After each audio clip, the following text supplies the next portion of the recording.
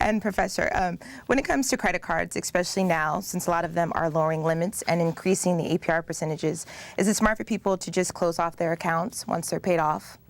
No, it's actually not, because your credit score depends on the amount of available credit as well as the credit in use. I see. So if you start closing accounts that are currently not in use, then it looks like you're using a lot more of your credit than you would otherwise be using.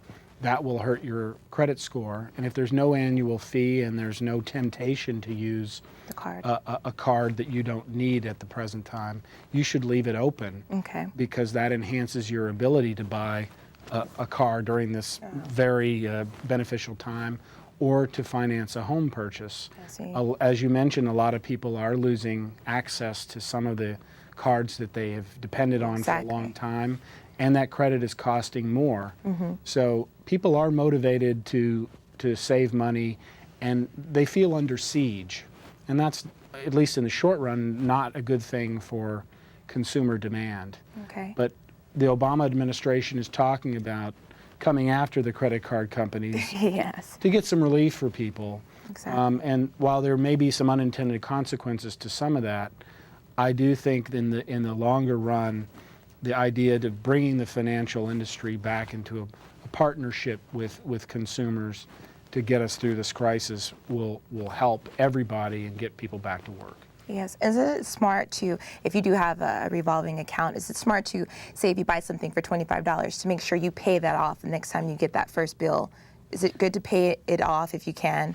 Well, if you can, once? certainly. Yeah. So you don't accrue finance charges, and with those rates going up, in some cases it seems like 40 years from now you'll be paid off. So credit shouldn't be used to buy things that you cannot afford in the long run.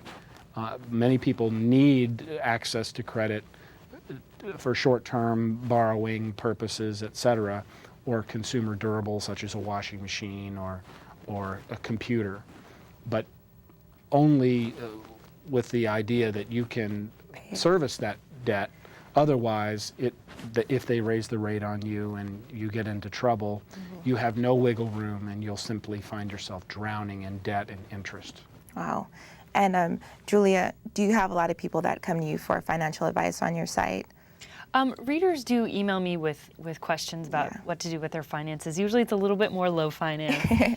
Bargain Babe is always about the sort of everyday finances. But readers have been asking me, one topic that came up recently is how to lower the cost of your phone bill. And, you know, I don't know if you've ever made phone calls online, but there's a lot of services like Skype and Vonage, and I heard of a new one called Uma or something like that.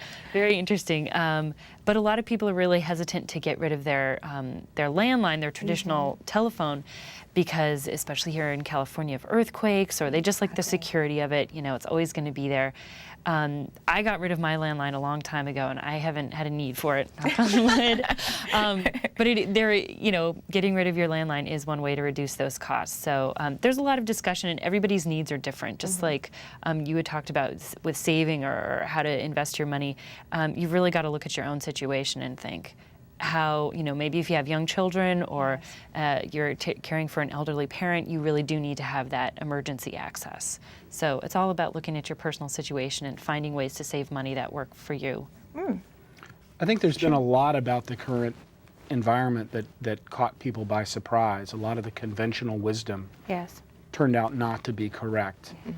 That real estate would always go up in value, that your credit card would always be there for you.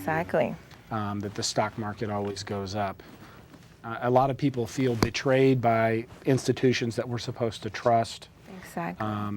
And here we are bailing out large corporations. And banks. Yes.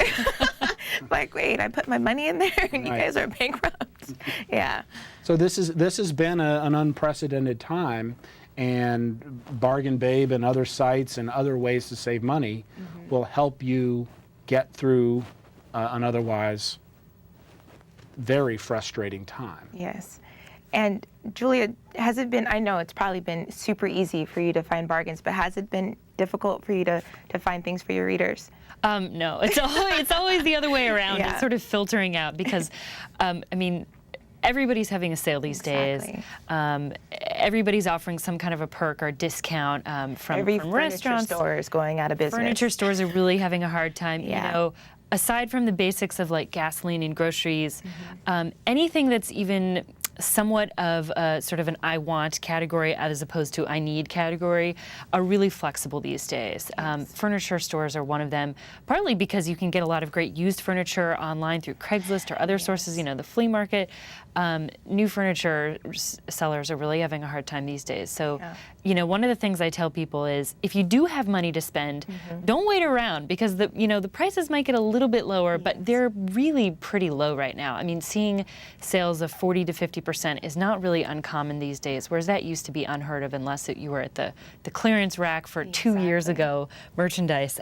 So if you do have some money and you feel like getting a good deal, go out there, do a little research. You know, if you feel feeling gutsy, maybe think about negotiating for the price. It's really remarkable these days where you can negotiate, you know, not just the car dealer, but I've negotiated for the slices of pizza and clothing and, I mean, all kinds of things. And I find that, you know, if you keep it really friendly and nice, and if you have some information that maybe helps prove that you could get it cheaper elsewhere through a rival or through another deal, and if you just ask, you're much more likely to get a deal or some kind of a perk. And a lot of times if a merchant can't lower the price, maybe they can give you you know, free installation on that TV or an extended warranty, or they can throw in something else, or the next time you come, they'll give you a discount. So I always think of it just as a conversation of like, hey, you know, I'd like to spend my money here. Can you help me out? Yeah, it doesn't hurt to go ask. from there. Exactly. It never hurts to ask. So have you noticed any trends, say like with clothing? Obviously, like really, you can go to Old Navy and bulk up on different things, but say if you go to the grocery store, it seems like prices are still fairly high. Have you noticed different trends and different bargains that you try to find in different places? In terms of like what's on sale and what's not? Well, I think it's best to think of what's not on sale because pretty much everything is on sale. You know, grocery prices haven't gone down that much in my neighborhood, although they fluctuate really frequently and they're really very local. So what's happening in my neighborhood might not be true in your neighborhood. Exactly. But I've gotten into the habit of kind of some peculiar shopping, some grocery habits of, I used to just go to Albertsons, my local store, and buy everything and like spend hundreds of dollars. And I was looking at my budget and I said, oh my God, I'm spending like $600 a month on groceries. This is insane. Like, it's just me and my husband. We shouldn't be eating this much. And I multiplied it by 12 to look at the yearly costs. And I think I was spending like $5,000 or $6,000 on groceries every year. And I was just like, okay, this is ridiculous. I've got to stop this. So I started looking at prices much more closely and thinking of groceries more as sort of a luxury item as opposed to a necessity because, you know, I think we sort of trick ourselves into thinking, well, it's food. Of course I should be able to buy it. I mean, I can't go hungry, right? But really, you walk into the grocery store and there's like, you know, all these fresh baked goods and there's like organic milk and there's the fancy cuts of meat and you just think, oh, it's food. I get to buy all this. And now I've sort of trained myself to think, okay, if I really want those things, I've got to either have a coupon or I've got to skimp somewhere else. You know, I try to buy my produce at ethnic markets or the 99-cent store even, which have really great prices, I find. And some of the staples, like I'll go to Trader Joe's, they have really great dairy prices, especially on like eggs, butter, and milk.